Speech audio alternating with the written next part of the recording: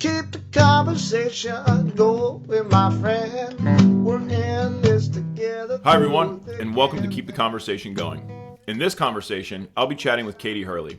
Katie's a registered nurse at Hartford Hospital and has been manning the front lines of the COVID-19 outbreak for the last several weeks. In our conversation, Katie shares her stories and perspectives on what we can continue to do to fight this global pandemic. Join us for a conversation as we highlight the importance and role of communication in all of this. So, let's get this conversation started. I know that time is precious to all of us in life, but really no more so than for our nurses and doctors who are working the front lines, who are putting in everything that they have to keep us healthy and safe. And so thank you not only for joining me, but thank you for all the work that you're doing. So it's my pleasure, Rory. I'm happy to be here and share some of my thoughts with you today. For those of you who don't know Katie, Katie is a nurse, a registered nurse, a BSN at Hartford Hospital, and has been working on the front lines, helping to keep as many people as she can alive and keep us all safe. And so to start our conversation today was so important for me to just get a little bit better understanding of kind of your story. Tell us a little bit about your story and what you're up to right now. So yeah, like you said, I've been a nurse at the hospital for over 20 years. My husband, Rich, as well. We both work there. We met there and we had all our kids there. It's a huge part of our life and it's like a core of our community. I went from labor and delivery. I did a little outpatient cardiac rehab for a little bit, and then I returned to really critical care and went to main recovery room from the operating room. Now, most recently, I've been in the day surgery area. Now that the kids are in school, we both work day shift, no weekends, no holidays. It's been amazing. And I always say it's like the best job I've ever had. Clinically, it's not stressful and it's great for our family. So that's kind of been my background up until about 2 weeks ago. You have done, as you say, almost everything. This hospital is a part of your life. It's a cornerstone and the foundation of everything that you do. It feels to us in our homes that our lives have been flipped upside down. What is this like for somebody who spends so much time in a hospital, who spends so much time taking care of people, and now being faced with this task? So I've worked in ICUs. I've worked in the main PACU years ago when there just were not enough critical care beds, and we were housing patients then and having to be pulled in and work night shift because there just were not enough beds for the flu surge. So I knew anything above and beyond our regular surge was going to be a problem. So, Katie, can you talk to us about what it's like to actually work in the COVID unit? We are, of course, hearing that there may or may not be enough protective equipment for our doctors and nurses. Can you talk to us about what it's like to get prepared to go into the room knowing that the patient that you're working with actually has this deadly virus? Sure. Rich and I were talking about this yesterday, and it's almost like a surreal environment when you walk into the ICUs because like you see on TV, all of our IV medications are outside the rooms on these long tubings. We're limiting the amount that we actually go into rooms as much as possible. So hopefully we're only going into a room like every 2 or 3 hours, spending as little time as possible in there, which I hate to say. It just breaks my heart. Because there's no families, there's nobody in there. We're the ones that are there providing compassion and care for these patients, not just clinically, but the little things that are more important sometimes in life. So for 20 years, you've had tremendous experience. Your life, in many ways, your relationships, your family, built around the healthcare industry, built around the Hartford community. I find it so compelling that you were saying a couple weeks ago you were an outpatient, right? And you were going home and you were working as typical or regular of a healthcare schedule as you can get. And you had earned that in many ways, right? You had put in the long and the hard hours. And COVID-19 finds its way to Connecticut, and you made a choice. And you made a choice to say that you wanted to do the best you could to use your experience. You talk a little bit about what compels you to make that decision and how that's been impacting you since making that decision? I feel like always as a nurse, I've been able to support my coworkers and help them feel a calm in chaos. And I knew there was going to be a lot of people out of their comfort area that were going to need somebody like that. And I also felt very strongly that I needed to be there because it's important that in all of this, even with the sickest of the sick, I feel very strongly we can clinically perfectly take care of them, But if we lose our humanity, then we've lost what we're there for. So every shift that I'm working, I make it a point, even if I don't have time, I literally am making a point to make sure that I rub some lotion on their feet and I rub some lotion on their hands and I rub some lotion on their back and I clean their mouth. Yes, I maintain their blood pressure and make sure the ventilator's doing what it's got to do and all this other clinical stuff that needs to happen. But honestly, especially since there's no families at the bedside, there's nobody there. It's just us. And honestly, I mean, it brings tears to my eyes. It is us, and there's such a barrier between us. There is we're wearing a bouffant. We're wearing two masks. I feel lucky that I know my patients have COVID and I'm fully protected. I'm wearing an N95 with a surgical mask over it. I have goggles. I have a face shield. And then we're double gloving and wearing a gown.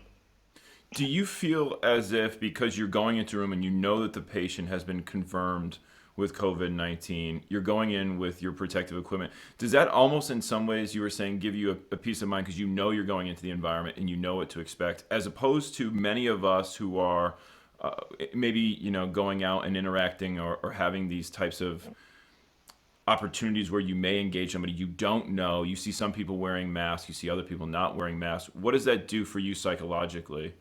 Yeah, so I mean, I had the opportunity that I could have worked in what would be considered a safer environment without COVID patients. And I actually was offered to be pulled back, and I said, no, just leave me where I am.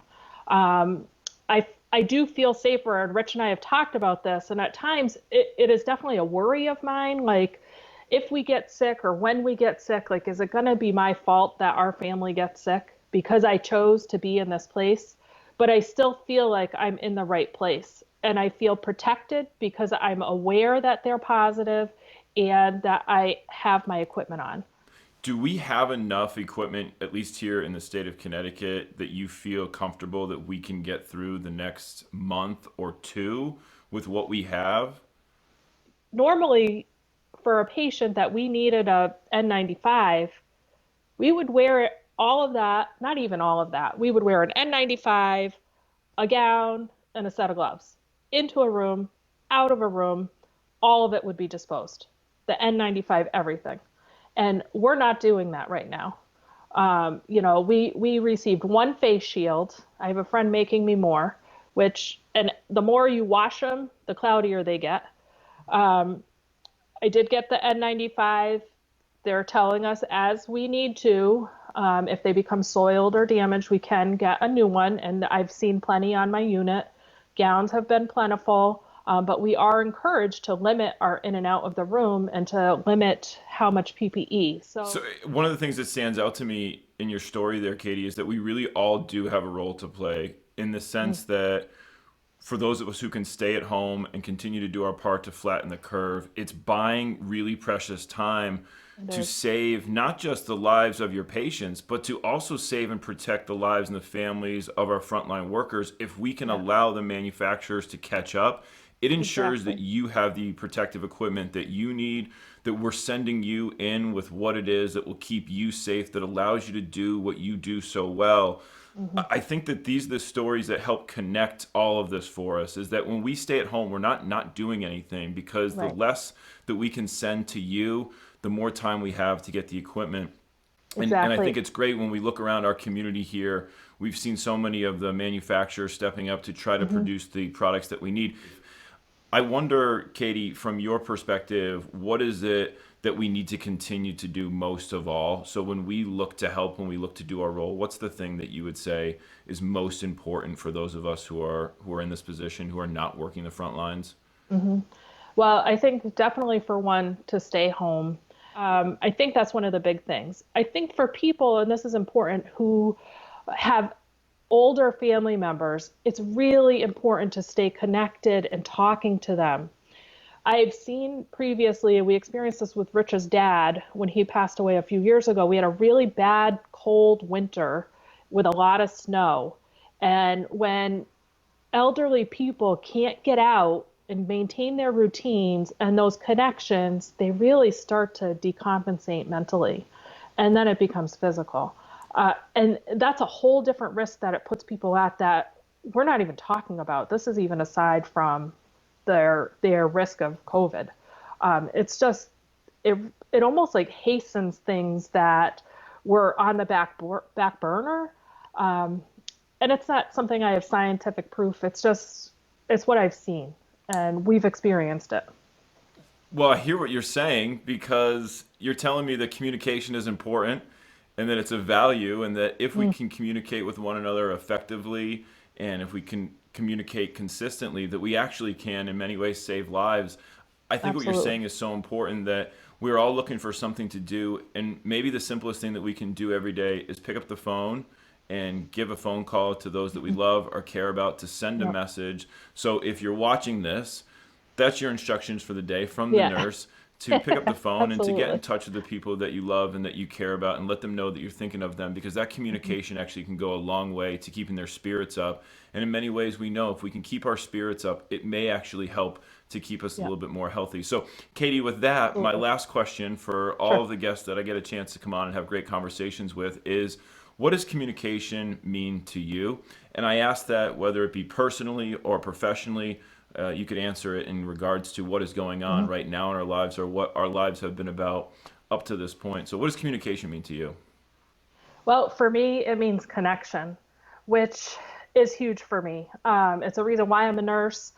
I'm connected in my community. Sometimes my friends here in town, they're like, "You're like the mayor of Hebron," because I just like talk to everybody, and I just like to talk to people and hear their story. And I'm actually an introvert, and many people don't believe that, but I just think connection, like meaningful connections with each other, is so important in our everyday. And giving each other grace and understanding, and these are the things that I think in all of this, we're all going to learn and come back to. Communication is really meaningful to me, and it sounds like it's really meaningful to you. It gives us the opportunity to come together and to have empathy and to share in one another's stories. Katie, thank you for sharing your story. It's so important that we get the opportunity to have some insights. We're going to continue to follow your advice. We're going to stay at home.